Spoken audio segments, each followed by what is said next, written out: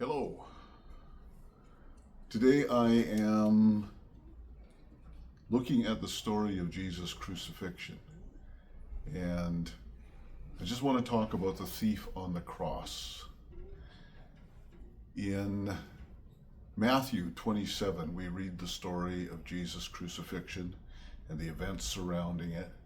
And as we see Jesus hanging there on the cross, we see above him the sign that says, King of the Jews. And that offended the Jewish leaders. They said, right, he says he's the King of the Jews, but Pilate says, no, what I have written, I have written. So we see the sign above him, King of the Jews, and then we hear the people mocking him, and they're mocking him saying, if you are the Son of God, then save yourself.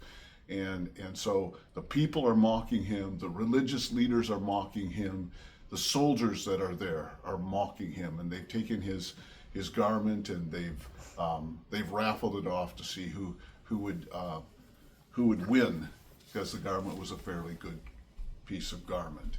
And then when we turn to Luke chapter 23, we see something else takes place. Jesus is there, he's hanging on the cross, same thing, people are mocking him. But now we see the thieves on either side of him. Well, they were there in the story in Matthew 27, but now we see them and they are mocking him. And so both of them are going at it. Yeah, if you're the Messiah, then save yourself and save us as well. And so they're mocking him. And then we see Jesus looking at the crowd in front of him, and here's where things change.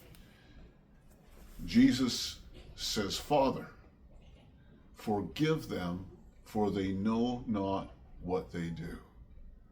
Now, something changes, because the one thief keeps mocking him, but the other thief has a total change of heart. He's seen the sign, King of the Jews. He's heard the people mocking him, that Jesus has said that he is the Messiah. But now he's witnessed this man hanging on the cross, looking out over all of those who are mocking him, all of those that have called for his crucifixion, even those that have nailed him to the cross. And he says, Father, forgive them, for they know not what they do. And somehow it seems that one thief heard in that moment hope. This man is not dying like we are. This man is not a criminal like we are. This man is an innocent man. And this man is called the King of the Jews. This man, is the Messiah. And this man has just offered everyone who has done this to him forgiveness.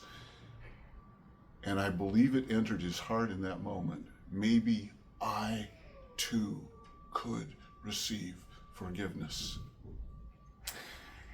And he looks at the other criminal who's mocking Jesus, and he reprimands him and says, no, we are dying because of crimes that we've committed, but this man is innocent. And then he turns to Jesus and he said, Lord, remember me when you come into your kingdom. And Jesus says to him, rest assured. I'm not quoting this verse for verse, word for word. It's rest assured, this day you will be with me in paradise. And let me tell you this, when you and I enter into heaven's glory, that thief is going to be there. He is going to be a child of God. He is going to be a citizen of the kingdom of heaven. He is going to share in all of the glory and all of the things that we come to know and experience because we have put our faith in Jesus Christ. He has entered in. And his conversion, that moment for him, is an incredible testimony to the mercy and forgiveness of God. God's love for a person, God's compassion for him, God's forgiveness for him, that even though he only has a few more breaths before he will pass into eternity, simply in his recognizing Jesus as King, recognizing him as Lord, recognizing his own sinfulness and his need of forgiveness, and looking to Jesus in hope for that forgiveness, he received it from God right in that moment. And so I want you to understand, I'm going to be talking about so many things that are available to those who believe in Jesus Christ. But I want you to understand it starts right here. The simple truth that a person, without knowing any theology, without any study of the scriptures, without ever having actually even been baptized in water and knowing the truth of being dead with Christ and risen with Christ, without any of that, this man, simply in recognizing his own need of forgiveness, recognizing Jesus as the Messiah and King, turns to him and asks him to remember him when he comes into his kingdom. And in that moment, his life is changed. His destiny is changed. He is welcomed. He is loved by his heavenly Father, and he is received into eternal glory.